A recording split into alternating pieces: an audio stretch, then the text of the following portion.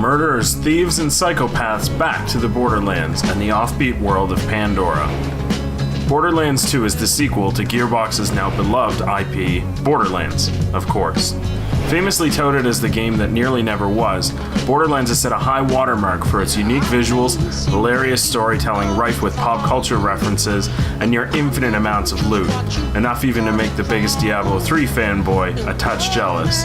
With such a commanding launch, it left many wondering if Borderlands 2 could hold a candle to its predecessor.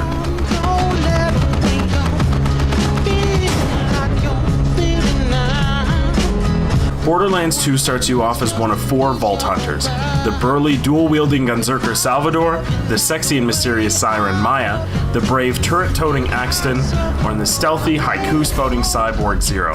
Each class possesses several skill trees and a unique ability that distinguishes themselves from one another, along with their own backstory that can be uncovered over the course of gameplay.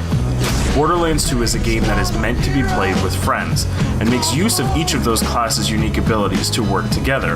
Multiplayer in Borderlands 2 is capped at 4, regardless of your chosen platform: Xbox 360, PS3, or PC.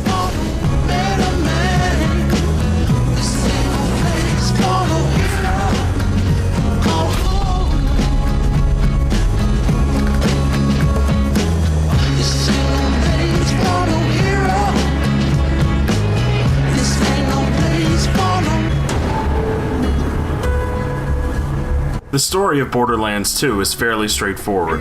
You play as one of 4 Vault Hunters, a unique killing machine that is in search of Pandora's mysterious vaults. These vaults hold some sort of treasure that is worth risking life and limb to claim as one's own. However, a sinister corporation helmed by a handsome man is hell-bent on stopping anyone who dares to find these vaults as they work to unlock the secrets of these mysterious relics for themselves. Sure, this sounds like it could be a James Cameron movie, but replace him with Hannibal Lecter, have Seth MacFarlane as your head writer, and get Willy Wonka in charge of cinematography, and you can quickly imagine how Gearbox manages to take a tired cliche and make an epic and engaging game out of it. In fact, Gearbox is so convinced of their ability to do this that the 2 games really differ very little in terms of overall story. However, what has improved with Borderlands 2 is the ability to tell that story, and it is much more engaging and a much better experience to be part of.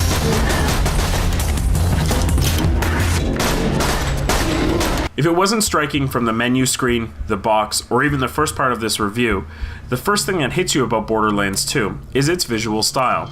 This game will not win any awards graphically speaking when placed up to shooters like Call of Duty, Halo, or any other similar titles.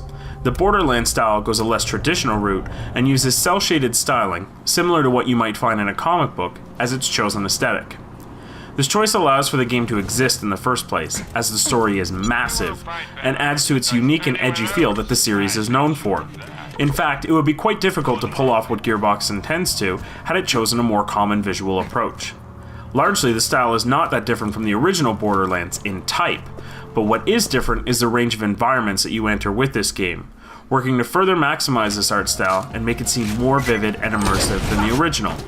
The game goes through interior and exterior levels, cold frost-covered landscapes, barren deserts, and lush animal preserves, along with busy cities and small shanty towns.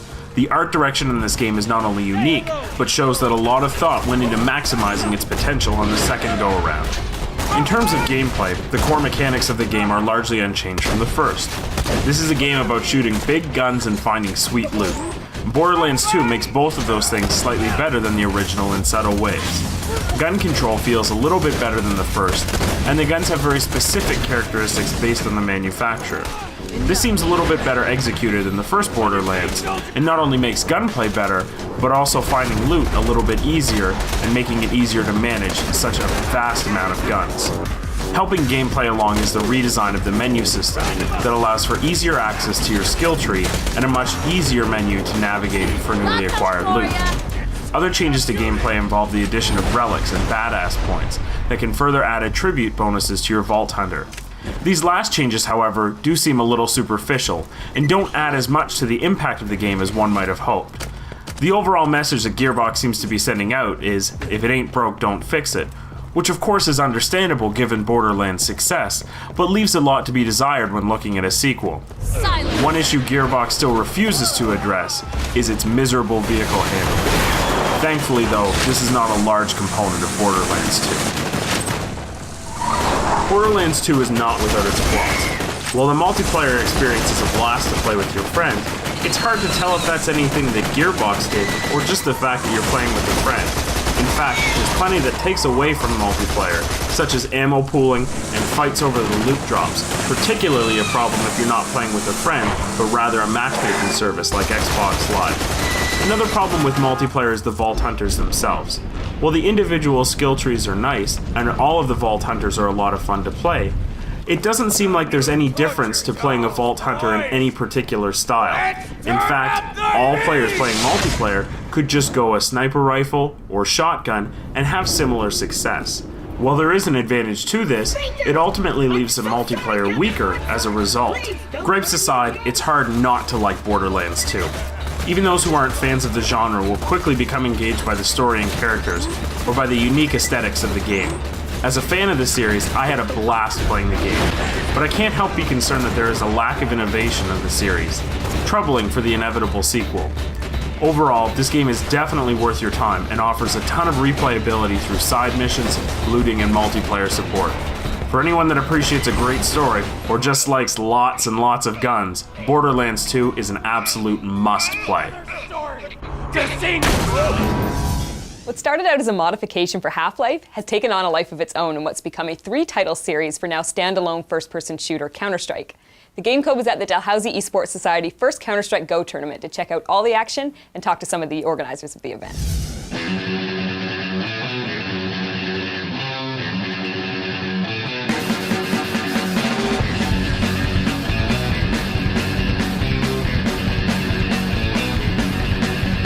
So today we have our CounterStrike Global Offensive launch party, just a celebration of the release of the game, and we have a small tournament going on today. So as you probably know, CSGO is very recent, just launched, so we figured we'd kind of do a launch party, launch tournament for the CSGO with our partners and sponsors Blue Nose Gaming. All the servers are being provided by Blue Nose Gaming, and it's been working out really well so far. They're giving us all the prizes and that kind of fun stuff to get going, and we're hopefully we've got it started, we're underway. Hopefully it should go pretty well. We're running CSGO right now.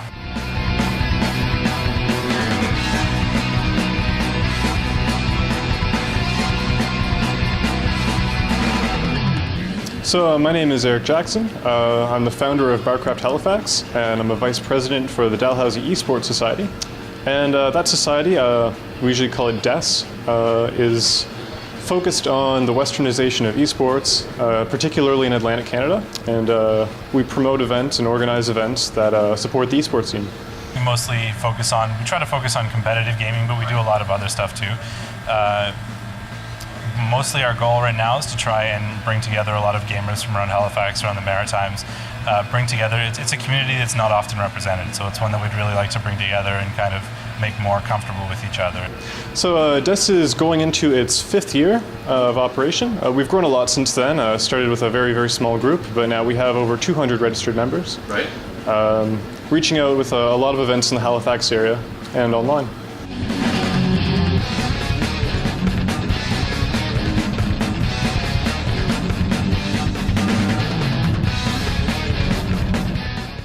This is the 3rd year, I believe, of DeSS's operation. I've only been involved for the last 2, but we've gotten pretty big. It started off small, and we've been growing a lot ever since, doing more and more events. Right now, we have about 200 to 250, official members, part of Facebook or whatever. But we do have there's a pretty large number of people that actually show up to all the events regularly. Probably about 50 or 60 people that show up to everything that we do, which is pretty cool. But officially, we have somewhere around 200 to 250 members.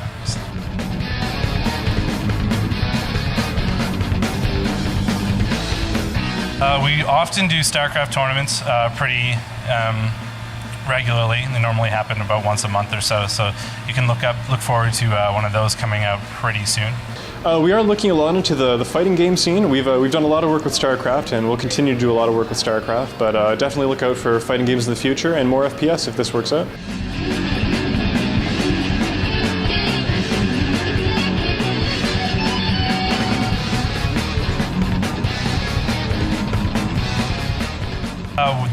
main way we have people check out what we're doing is we have a Facebook page, and you can check that out. That's normally where we'll announce all our events and the kinds of things we're doing. That's the best way to start getting involved. We normally, once the school year gets started in September, we have weekly or bi-weekly meetings. You can come and check out those, hang out there if you're in the Halifax area. But the easiest way to get involved and see the kinds of things we're doing is just to check out the Facebook page. Facebook.com/Dalhousie Starcraft. Lots of good information there. We have weekly meetings throughout the year, and all the details are on the Facebook page for that as well. We're always looking for new members. You know, if you want to join to get involved with esports, if you want to join to build your resume, lots of volunteer opportunities. Everyone put a finger on it.